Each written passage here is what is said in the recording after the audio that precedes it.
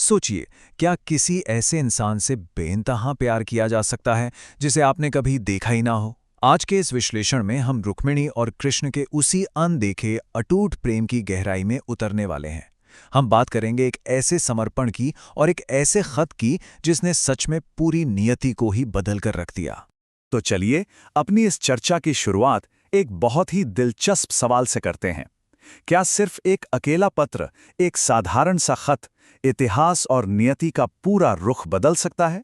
हम एक ऐसी प्रेम कहानी पर बात करने जा रहे हैं जिसकी शुरुआत में आपस में एक भी शब्द नहीं बोला गया था, बिल्कुल शून्य संवाद। तो हमारे इस पहले अध्याय की शुरुआत होती है एक बिल्कुल अनदेखे और अनसुने प्रेम से। जरा विदर्भ के उस राजमहल की और उस एकांत की कल्पना कीजिए। एक राजकुमारी अपने महल की सबसे ऊंची खिड़की से दूर क्षितिज को निहार रही हैं। हवा में चंपा के फूलों की महक है।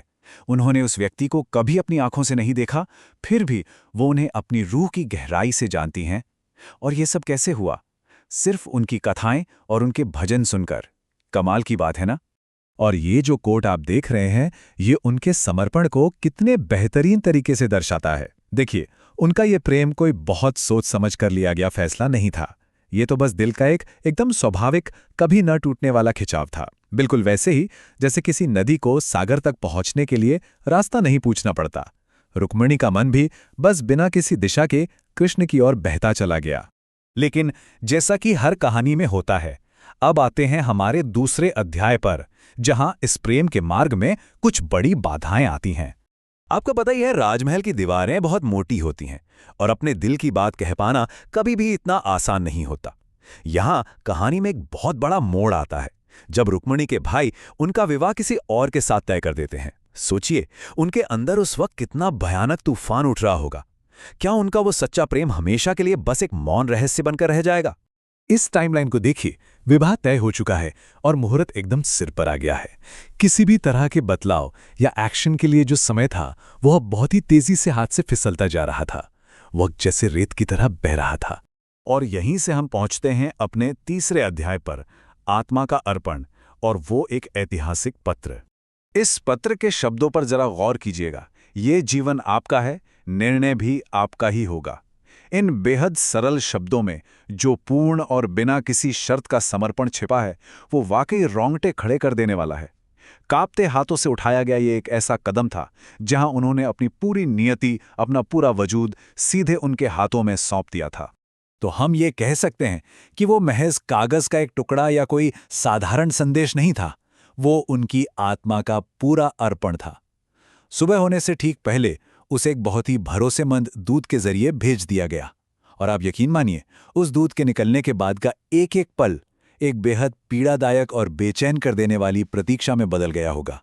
अब शुरू होता है इस कहानी का सबसे मनोवैज्ञानिक और भारी हिस्सा, हमारा चौथा अध्याय, प्रतीक्षा और अटूट विश्वास। यहां जो विरोधाभास है वो एकदम स्पष्ट है। एक तरफ आप देखिए, महल में विवाह की जोरदार तैयारियों का शोरगुल है, भारी सजावट चल रही है, और वहीं दूसरी तरफ रुक्मिणी का वो एकदम मौन लेकिन अडिग विश्वास। एक शांत, निरंतर जलने वाली लौ जो लगातार कह रही है कि वो जरूर आएंगे। बाहरी शोर और अंदरूनी शांति का ये टकराव सच में अद्भुत है। जैसे जैसे वो तय किया गया अनचाहा मुहूर्त करीब आ रहा था, ये सवाल यकीनन उनके दिल पर एक पहाड़ जैसा भारी बोझ बन गया होगा। क्या कृष्ण सच में आएंगे, या फिर ये अटूट प्रेम बस एक अधूरा सा सपना बनकर ही टूट जाएगा? और अब हम आ गए हैं इस कथा के चरम बिंदु पर। अध्याय 5, मौन मिलन और पूर्णता। विवाह का वही दिन आ गया है। सब कुछ तय योजना के अनुसार चल रहा है कि तभी अचानक महल के बाहर घोड़ों की तेज टापों की आवाज गूंज उठती है। सोचिए, उस एक पल में रुक्मिणी की धड़कनें जैसे थम सी गई होंगी। महल की वो सारी जोरदार तैयारियां और योजनाएं मानो एक ही झटके में हवा हो गई। फिर दरवाजे खुलते हैं और सामने कौन है? एकदम शांत, चेहरे पर वही चिर परिचित मुस्कान लिए कृष्ण खड़े हैं। यहां कोई जल्दबाजी नहीं है, बस एक दूसरे को देखना, एक गहरी दृष्टि का आदान प्रदान, और रुक्मिणी की वो सारी आशंकाएं, वो सारा डर तुरंत मानो छूमंतर हो जाता है। इस पल की सबसे खूबसूरत बात पता है क्या है? यहाँ कोई लंबा चौड़ा संवाद नहीं हुआ, किसी कस्मे वादे की जरूरत ही नहीं पड़ी। उस क्षण में कोई विदर्भ की राजकुमारी या द्वारकाधीश देवता नहीं थे, बस दो आत्माएं थीं जो एक दूसरे को बिना कुछ कहे, बिना कुछ सुने सदियों से जानती थीं। और फिर वो रथ में उस महल को हमेशा के लिए पीछे छोड़ देते हैं। रुक्मिणी का कृष्ण के प्रति ये जो प्रेम था, उसका सार क्या है? अगर आप इन पॉइंट्स को देखें तो ये प्रेम कभी मांगा नहीं गया था, बल्कि पूरी श्रद्धा से बस अर्पित कर दिया गया था।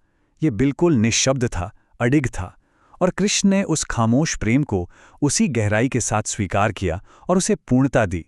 उन्होंने एक ऐसा नया संसार रचा जहां किसी तीसरे इंसान की या किसी बाहरी स्वीकृति की कोई गुंजाइश या जरूरत ही नहीं थी। हमारा ये विश्लेषण असल में इस बहुत ही खूबसूरत से विरोधाभास की ओर इशारा करता है। हाँ, ये सच है कि सच्चा प्रेम कभी शब्दों का मोहताज नहीं होता, लेकिन कभी-कभी बस एक साधारण सा पत्र, एक छोटा सा कदम आपकी पूरी जिंदगी की दिशा और दशा बदलने के लिए काफी होता है।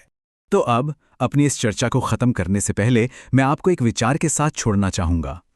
आज का हमारा युग जहां इतना शोर शराबा है, जहां संवाद के इतने सारे माध्यम हैं, क्या वहां इस तरह के मौन, गहरे और अटूट प्रेम की कल्पना करना भी संभव है?